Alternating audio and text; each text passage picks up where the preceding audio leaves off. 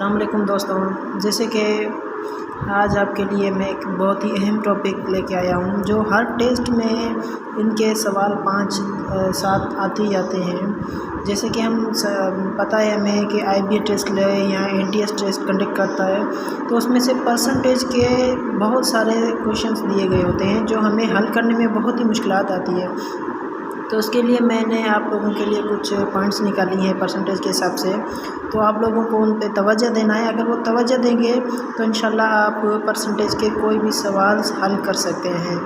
तो सबसे पहले जो मैं आप लोगों को बताने जा रहा हूँ कि ये जो है ए पर्सन बाइंग समथिंग, मतलब एक शख्स है जो कुछ ख़रीदना चाहता है, कुछ ख़रीद रहा होता है, उसे हम क्या कहते हैं, कॉस्ट प्राइस। मतलब वो चीज़ जो आप लोग शॉप पे जाते हो, आप कुछ चीज़ें लेते हो, वो पैसे आपको देने पड़ते हैं, तो वो आप क्या करते हो कि आप ख़रीदने जाते हो, तो उसको क्या कहा जाता है, कॉस्ट प्राइस, जो डिनोटेड होता है CP।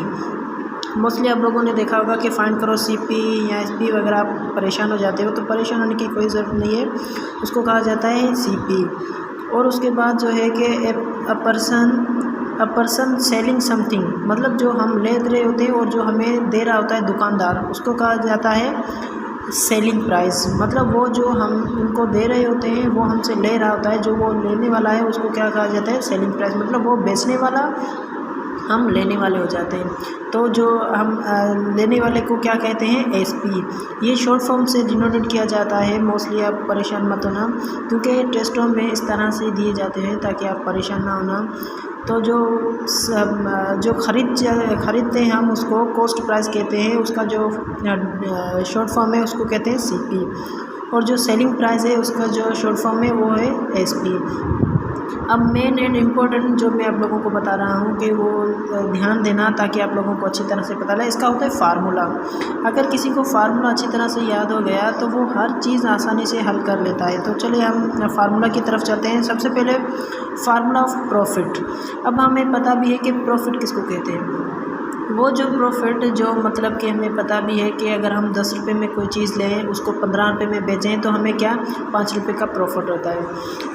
तो अगर कोई भी हमें किस तरह से, तो हमें प्रॉफिट का जो फार्मूला दिया गया हुआ है वो हमें याद करना होगा कि प्रॉफिट में परसेंटेज किस तरह से निकाली जाती है। काफ़ी स्टूडेंट परेशान हो जाते हैं कि किस तरह से निकाला जाए, तो इसलिए मैंने आप लोगों के लिए हल निकाला है कि सबसे पहले आप लोगों को वो फार्मूला याद करना होगा। फार्मूला कौन सा है वो देखें, ये है कि कोई भी हमें अगर फार्मूले में दिया गया होगा कि कहेंगे कि अगर आप लोगों ने कोई 10 रुपये में चीज़ ली है, उसको अपने 15 रुपये में सेल किए, तो उसको प्रॉफिट या परसेंटेज मालूम करके दें, प्रॉफिट कितना होगा। तो इस तरह से तो हम क्या करेंगे, जो कॉस्ट प्राइस है उसके साथ जो है CP। अब देखो यहाँ पे मैंने शॉर्ट फॉर्म लिखा हुआ है SP मतलब सेलिंग प्राइस माइनस CP मतलब कॉस्ट प्राइस। मतलब कि जो मैंने चीज़ 10 रुपये में ली है वो मैंने क्या 15 रुपये में बेची है, तो मतलब कि मैंने जो ली हुई रकम है उससे ज़्यादा 5 गुना बेचा है।